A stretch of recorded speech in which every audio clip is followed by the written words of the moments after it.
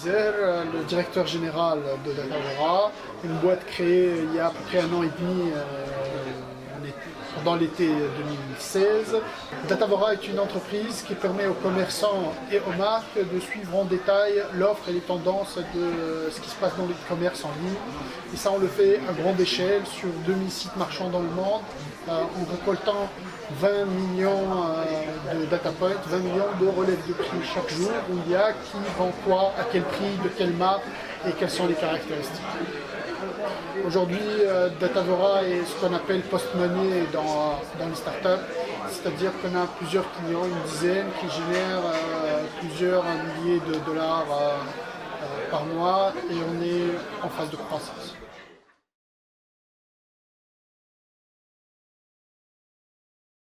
D'abord, il n'y a pas un profil type, il y a beaucoup de personnes de background d'ingénieurs ou sales ou marketing qui réussissent leur entreprise. Certainement qu'il y ait quelques critères quand même, comme la capacité à apprendre et à se remettre en cause, parce que chaque entreprise est une expérience unique, qui a ses propres vérités, qui a ses propres spécificités. Certainement la capacité de travailler énormément et d'être méthodique. Ça, c'est une question à 1 milliard de dollars. Je ne connais pas la réponse. Si je la connaissais, je ne vous le dirais pas. En tout cas, notre réponse à nous, c'est que nous, on s'est lancé dans le e-commerce parce que c'est un marché qui a une certaine taille, une certaine profondeur, une tendance positive, une bonne croissance. Et c'est un secteur où on peut apporter par la technologie, par notre savoir-faire, un avantage compétitif à nos clients. Et donc, on peut avoir, nous, un avantage compétitif par rapport à nos concurrents. Il y en a certainement d'autres. Si je devrais investir aujourd'hui, je ferais dans un secteur où la technologie peut changer quelque chose, certainement dans l'IA, dans l'e-commerce, dans le transport, dans le healthcare, dans l'énergie. Donc il y a un tas de secteurs qui sont comme ça.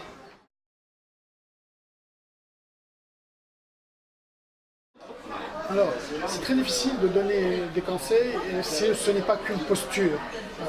Comme je venais de dire, toute entreprise a ses propres vérités, ses propres spécificités, son propre timing, ses propres tendances du marché, ses propres conjonctures, sa propre vie.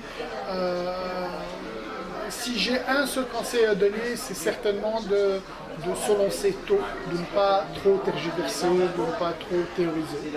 Et par contre, d'accepter de se mettre en cause très rapidement, de mettre à jour, de pivoter, de s'autocorriger, etc.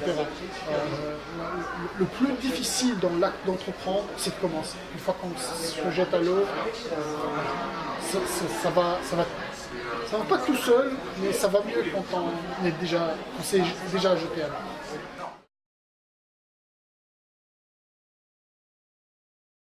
Alors d'abord, on ne réussit jamais à résoudre toutes les incertitudes et souvent, quand on réussit à en résoudre une, on en découvre deux.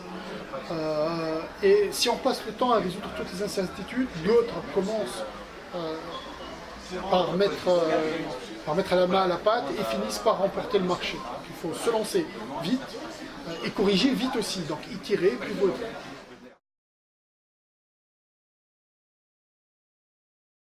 Alors en tout cas, c'est un bon moyen pour se lancer, pour réseauter, pour apprendre les bonnes pratiques, pour fréquenter d'autres qui ont entrepris ou qui veulent entreprendre, et du coup pour en apprendre de leurs erreurs et de leurs succès.